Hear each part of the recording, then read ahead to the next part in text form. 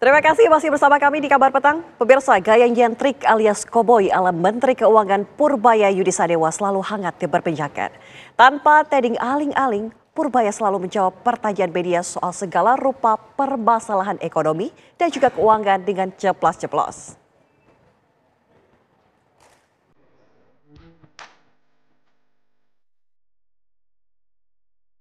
Tingkah pola Menteri Keuangan Purbaya Yudi Sadewa selalu menyedot perhatian.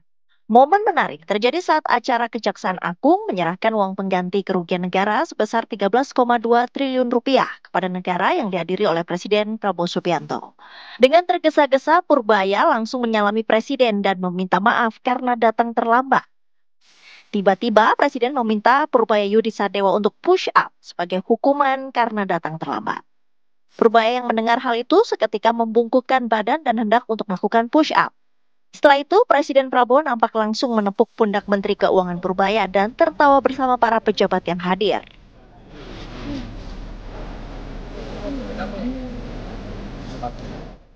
Yang tak kalah menarik, Purbaya mengumumkan APBN kita di kantornya dengan gaya santai hingga suasana menjadi lebih cair. Saat melakukan sidak pun, Menkyu juga mengancam akan menindak tegas pegawai-pegawai yang nakal. Sejak awal usai pelantikannya, Purbaya Yudi Sadewa memang selalu hangat diperbincangkan.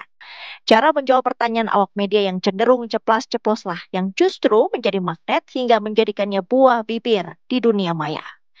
Terbaru, warganet bahkan ramai-ramai menyerukan untuk memberi jalan bila ada mobil dengan plat nomor RI19 agar Pak Purbaya bisa lewat dan tidak terlambat menghadiri acara karena ia dinilai sosok yang tengah memperbaiki perekonomian bangsa.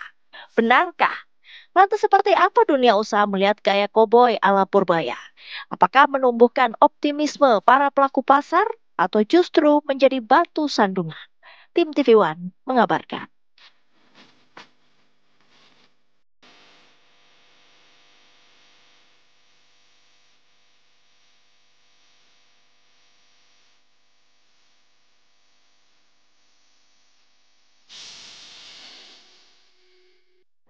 Lantas, bagaimana pelaku usaha melihat gaya komunikasi Menteri Keuangan Purbaya Yudi Sadewa? Untuk membahasnya, pemirsa, sudah bergabung bersama kami Ketua Umum BPP HIPMI Akbar Buhari. Selamat petang, Pak Akbar.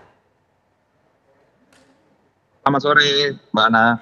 Pak Akbar, seringkali dilihat bahwa Purbaya ini gayanya gaya koboi, ceplas-ceplos. Anda melihat gaya komunikasi Purbaya terutama dalam menyampaikan kebijakan ekonomi dan juga fiskal seperti apa? Ya, memang ada perbedaan ya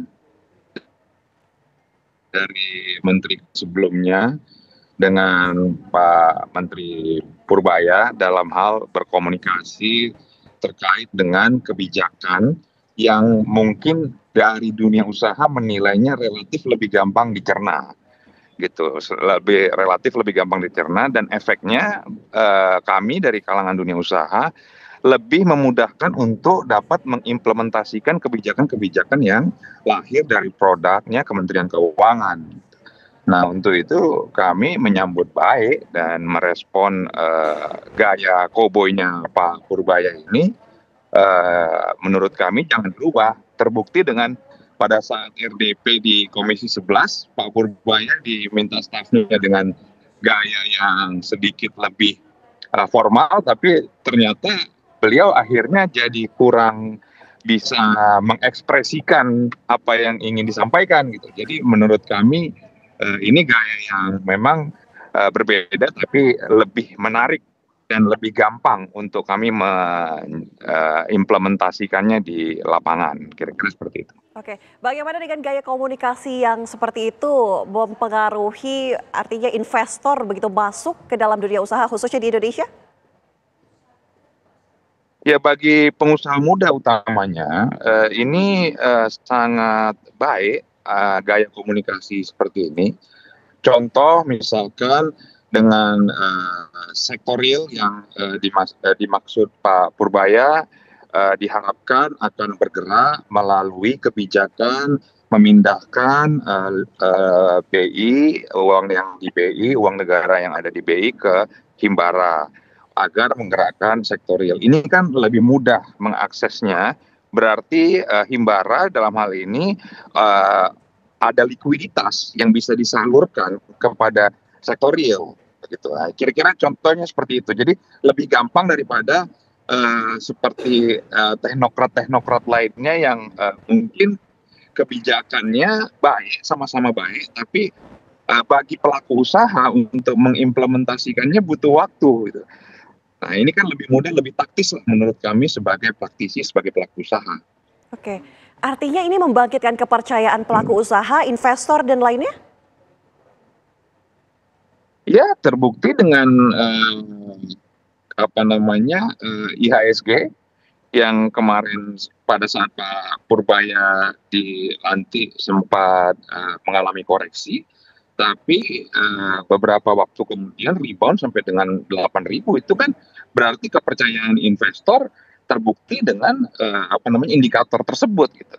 Nah, ini salah satu kepercayaan publik terhadap gaya koboynya Pak Purbaya yang taktis, yang mudah dimengerti, dan kinerja dari investasi langsung dibuktikan dengan IHSG yang sempat sampai dengan 8.000 waktu itu. Oke. Kira-kira seperti itu. Oke, pelaku usaha sendiri awalnya terkaget-kaget tidak dengan perbedaan begitu ya cara dari Sri Mulyani menuju akhirnya ke Purbaya.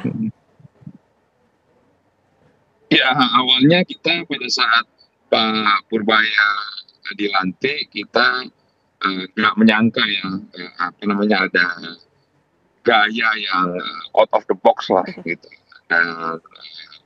Baru sehari dilantik, besoknya langsung ada demo besar-besaran di DPR untuk minta mengganti Pak Purbaya. Nah, kita mengalami keresahan dunia usaha bahwa akan terjadi instabilitas politik lagi gitu. Nah, tapi nggak beberapa lama setelah itu Pak Purbaya membuktikan bahwa tiba-tiba kepercayaan publik malah membaik, dan bukan hanya membaik, tapi malah masyarakat percaya bahwa Pak Purbaya ini salah satu menteri yang berkinerja dengan baik, dan dibuktikan dengan hasil-hasil yang sudah beliau capai. Oke. Jadi ya kami merespon sangat baik lah kegiatan kebijakan yang dilakukan oleh Pak Purbaya. Oke, sebagai pelaku usaha, Pak Akbar, bagaimana melihat kebijakan-kebijakan ke depannya? Apakah kemudian merasa dilibatkan? Ya, memang beberapa waktu yang lalu Kadin sudah diterima oleh Pak Purbaya.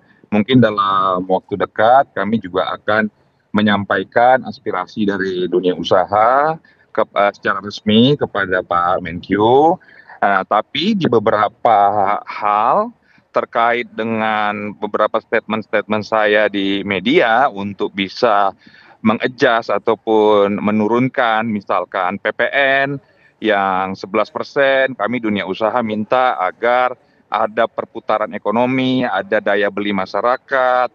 Nah, ini juga direspon baik dengan Pak Menkyu. Dalam hal ini beliau menyampaikan bahwa ayo coba kami hitung-hitung dulu, apabila ini bisa menggairahkan perekonomian, dalam hal ini bisa meningkatkan daya beli masyarakat, akhirnya produktivitas dari industri juga bisa bergeliat. Nah, apa salahnya, karena secara kumulatif mungkin pendapatan negara bisa lebih banyak dengan menurunkan PPN. Kira-kira seperti itu, Mbak, yang contoh sederhananya. Baik, terima kasih Pak Akbar Buhari sudah bergabung bersama kami di Kabar Petang. Selamat menjalankan aktivitas.